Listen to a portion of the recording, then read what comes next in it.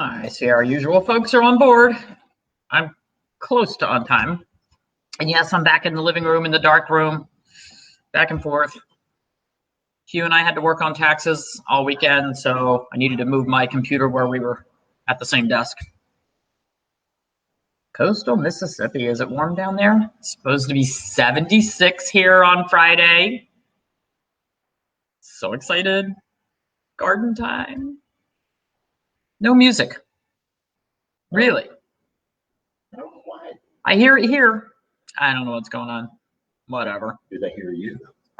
Well, if you can hear me, then it's all good. So, okay. Oh, wait. No, that's not what I wanted to do. Okay. All right. Morning, folks. Iowa here, almost 70. I guess that's what's coming our way. Good morning, Lorraine Stavish from Salem County, New Jersey. All right. So I asked Hugh this morning if I could do this topic or if it's been beat to death, and he said, no, you can never beat this one to death enough. The NOMV stands for Not One More Veterinarian. And so you may have seen on your own veterinarian's page, or if you have veterinarian friends, that they're changing their profile picture to have the veterinary escapulus sign, you know, the snake crawling up the stick. Slithering, I guess they don't crawl, I don't know. But and hashtag NOMV, which stands for Not One More Veterinarian, because we lost two really well-respected, high-powered veterinarians to suicide this week. And you would think that those people who were at the top of their game and, you know, really making great strides would be potentially immune to feelings of self-loathing that would be strong enough to cause someone to commit suicide. And actually, those people may be at more risk because they're held to such a high standard. Many veterinarians suffer with imposter feelings, that they really don't think that they're as smart as everyone else thinks they are. They feel like they don't know enough. You sort of have to understand the psyche of people who go into veterinary medicine. Most of us have wanted to be veterinarians since we were very small children, and our entire school career revolved around getting into veterinary school. And all we were ever told, particularly back when I went to school, I was told women couldn't get into the field.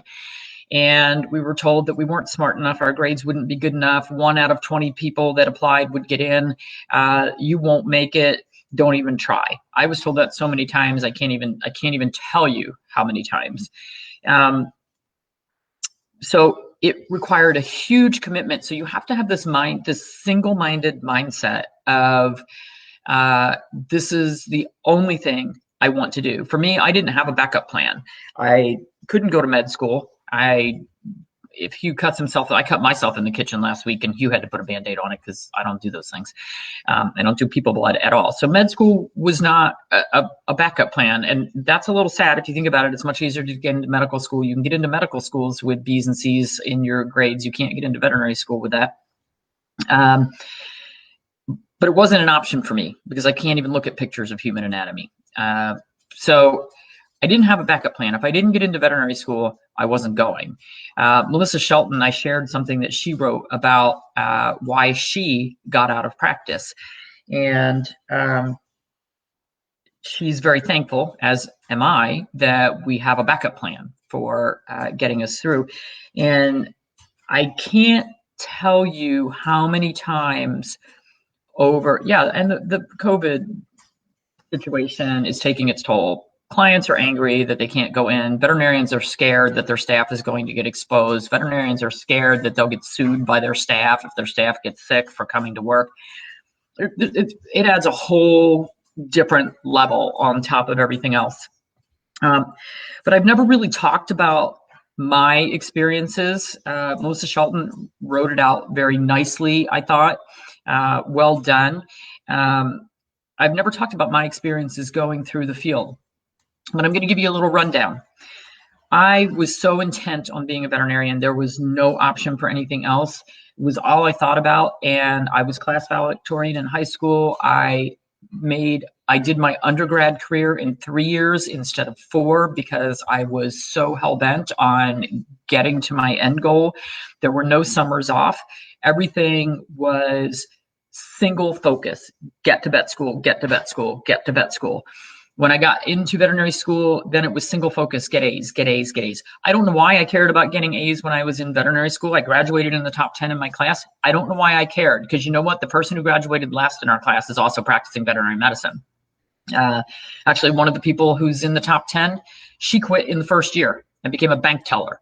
She said, I am not doing this. This is nuts.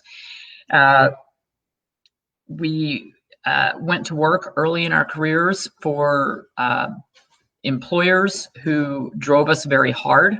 I have to say, my first employer was pretty nice. He didn't drive me very hard, but I was in practice for 2 weeks and he left for 3 weeks. Left me there by myself, new grad. I didn't know anything. It was scary. By the time I had been in practice for about, I only stayed in that first job for 1.5 years. And then I went to my second job, and that boss was nice on the surface, but a real hard ass and pretty much a jerk. That was the first time I'd ever been given an employment contract. I was kind of blown away by the employment contract. It was very, very strict. And I remember I was asked to go to the local college and speak, sort of as a career day type thing, but it was an auditorium full of students. And this was only 3 years into practice. And so I put together a slideshow and I went in and talked about my career. And at the end, the only questions I got were, if you hate it so much, why are you doing this? Well, let's see, I've put my entire life into doing this and I don't have another plan. And I didn't realize how much I hated it until I went and talked college students out of doing it. Fast forward, I became a partner in practice ownership. Again, my partner was very nice on the surface, but anytime the phone rang and he was on the other end, I would instantly do this. What am I in trouble for now? And half the time he was calling over, something totally, like what color paint do you want on the walls? But it was hard. It was hard. And then I bought him out and I thought, okay, being my own boss, this will solve the problem. Oh my gosh. Melissa Shelton is absolutely right. We don't have the ability to say no. When somebody calls with an emergency and you're closing in 2 minutes, you say, okay, especially if it's a good client, because you know they're going to badmouth you, be mad, especially with social media. You know they're going to be really angry that you sent them to the emergency service where it's going to cost twice as much and they don't know the doctor's there. I worked in emergency medicine for 10 years. People would come in and they were angry as soon as they saw me because they were there at 2:00 in the morning on Saturday night after they'd been out partying and their animal's sick, and they're standing there talking to somebody that they don't know, getting charged a lot, and it's really hard. I enjoyed the adrenaline rush, but I didn't enjoy being berated by people. And it is true that 80% of the people are nice. No, probably 90% of the people are nice, but there's 10% who make your life living hell. And any of you who work in any kind of service industry, you know about those people, except that we take it home with us every single night. I missed birthday dinners. I missed weddings. I missed anniversaries. I worked 7 days a week. Being a practice owner didn't solve the problems. Being a practice owner multiplied a lot of the problems. And I don't know that I ever really committed suicide, but I do know that thousands of times over the years, I just wanted to disappear. Not necessarily kill myself, but just disappear and not have to go in and face anger, chronic cases that just can't get better, but it seems to be my fault. I still struggle with that because now when I do consultations, I get the worst of the worst cases. When people come to me, they're generally coming to me with, nobody else can solve my problem. You need to solve the problem. And sometimes I can't solve the problem either. Some people are very understanding of that. Other people are angry because they spent money and I couldn't solve the problem. So I talk on this page a lot about veterinary mistakes, things that are not done like we would like them to be done. That's just holding people accountable, but you need to do it in a nice way. Remember that these are people, they are overworked. They are incredibly overworked, and they didn't go into this. I mean, a lot of people say, oh, they're just in it for the money. Believe me, they are not in this for the money. This is a low paid career, and they come out with $250,000 in student loan debt. And then they make, they start out at $75,000 a year. That might sound like a lot if you're a minimum wage worker, but when you have $250,000 in loan debts and you want to buy a house and you need to buy a car to get to work, it's almost impossible for them to make ends meet. It's very hard, and they are overworked. Somebody blamed it on the practice owners. Well, I was the practice owner, and I worked 7 days a week, and I put in 12 to 15-hour days for 30 years. We've said in veterinary medicine for a lot of time, if you want a 9-to-5 job, this ain't it.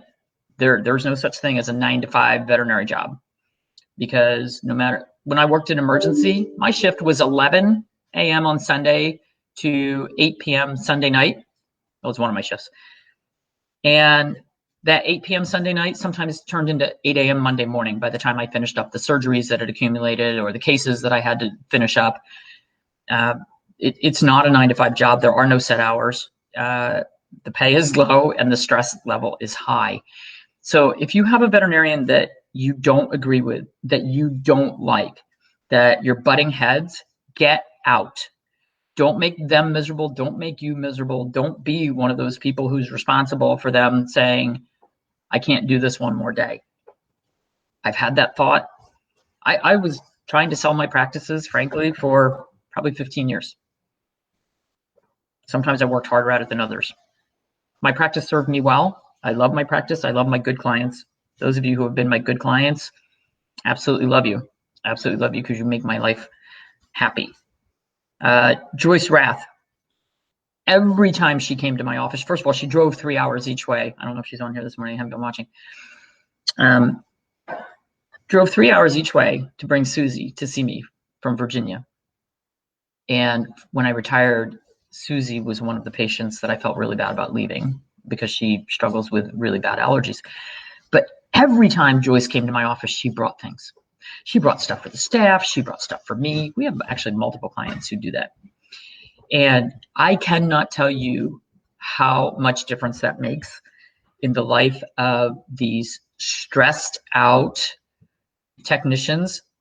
By the way, they're barely above minimum wage, especially the ones starting out. I mean, my higher up technicians made a really good living, but they work their butts off.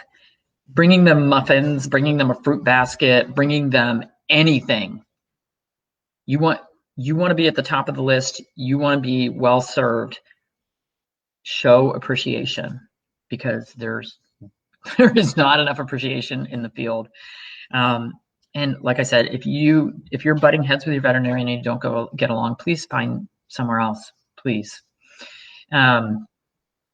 So you take baked goods for everyone at your vet office. The receptionists have a hard time too. The receptionists, oh my gosh, I could never do their job. They get yelled at all day long. And it is amazing. It is amazing how many people are so rude to the front office staff. And then when they talk to the doctor, they're, oh, doctor this, doctor that. Yes, whatever you say, doctor. And they turn into really pleasant. Don't be that person. Be nice to everyone. Just because the receptionist doesn't have an 8-year college degree and, isn't making $1 million, which the veterinarians aren't either, be nice to them. That is so stressful. They've got multiple phone lines ringing. They're checking people in. They're checking people out. They're trying to, get meds together for people. Be nice. Be nice. So it's really, you're a groomer that goes into people's homes to groom their pets. It can be rewarding, but very tough. Pet parents are definitely not the easiest. No, because they're like our children. We care about our children. We want the best for our children. But a simple thank you, and again, if they're not doing the job that you want them to do and you don't feel satisfied, first of all, if you don't feel like you got a complete exam, you can nicely just ask questions like, well, did his heart sound okay today? What does his ears look like? Did you check his teeth? Because I'm worried about that. If you come at it from a point of, I'm concerned about my pet, I'm not a crazy person and I don't hate you. I just want to make sure that, I understand everything. Just put things, and sometimes no lunch. Oh my God, there is no such thing as lunch. And if you get to eat anything at all, it's usually, a bite of something while you're running. So we have all these rules: no food in the fridge that has the vaccines in it, no drinks or food in the treatment area or the surgical area, or, this, that, and the other area. In our clinic, the lunchroom was upstairs. Nobody has time to run upstairs. So I gave up. I was like, you know what? If you bring your salad down and put it on the desk in that area and you're grabbing a bite as you go, I'm not going to complain. I once had one of my staff members, she was outside kicking the soccer ball around in the middle of the day and we were slammed. Everything was crazy. And I went outside. I said, what are you doing? She said, I'm taking care of myself and I'm taking my lunch break. Well, I was as angry as you can imagine. And then when I thought about it later, after I got over being mad because there was so much to do, I thought, you know what? It's a 13-hour workday. You're right. You deserve to go outside on a nice day and have a break and get your mind cleared for half an hour. I'm sorry. You're right. Just because I never let myself do that, which would have been a healthier way to be. But so don't be that demanding person. If you need medications refilled, please call the day before. Call a couple days before. You need to pick up food, prescriptions, anything. Call ahead, say, hey, I don't need this today, but I am going to be out. I need to stop in tomorrow or the next day. Don't be that person who shows up in the middle of crazy office hours and say, well, I ran out and I need it right this second. Be considerate. It's a high stress job, really high stress job. So you're retired, thought about volunteering and cleaning or something. What do you think? If they'll let you in with COVID, believe me, veterinarians don't make enough money and don't have money to hire people. And they might just say, that'd be awesome. My vet told me the other day they have to get the COVID test every week, not privately owned anymore. It's corporate. Well, yeah, corporate, I can see that. But again, they're trying to protect themselves. They don't want lawsuits from employees who get sick. So practices here close. The second practice I worked in, the one where I gave the talk to the students and I was so stressed, we were open from 8 to 12, closed for 2 hours for lunch because everybody lived within a couple miles of the practice. From 12 to 2, the doors were closed, the lights were off, everybody went home and had lunch. I went home and took a nap every day. And then we worked from 2 to 6. And one night a week we were open till 7. And Saturday mornings. And Saturday mornings are the hardest. All of your friends and family are off. All of your friends and family are out doing family things. We're working. Yeah, so it is hard. It is really hard. Okay. Oh, and I got really angry because there was a site. There's a site that talks about, veterinary malpractice, and somebody posted something about the NOMV, and one of the people answered, well, they deserve it. They killed my pet. Now, maybe there was malpractice involved and maybe there wasn't, but to wish 70,000 people dead because you think one person did something wrong, and then you wonder why it's a high stress. If you had something bad that happened at one place, don't carry that with you to the next place. Give them a fair chance. Okay. All right. I feel better. Many people send lunch to your vet's clinic. They don't have time to eat, especially on surgery days. Exactly. Michelle Allen, anytime she was coming down with Monkey's House dogs, she'd call ahead and get our lunch order for the local pizza place. She'd have it delivered and she'd pay for it. It was nice. It was nice. So think about that. I'm not going to bother playing music because apparently it's not picking it up. I don't know what's going on. So imagine all that stress and the vet blames you for everything because you're just a tech. Well, your veterinarian should not be blaming. I mean, if you make a clear mistake, like give 3 cc's of insulin instead of 3 units of insulin, that's a clear mistake. But that also means that they didn't give you the training that you needed, unless you went to school and you should have known that. I don't blame my techs for things. I don't blame my receptionists for things. I always stood behind them. They were given the ability to make decisions. And while I didn't always agree with them, and my gut reaction, my instant reaction might be, it was always, no, I'm going to support you in that. You have the ability to make decisions without me micromanaging. So, and that's kind of important, but it doesn't happen in every clinic. I think corporate may be worse, but I don't really know. Okay, going to the farm. See you guys.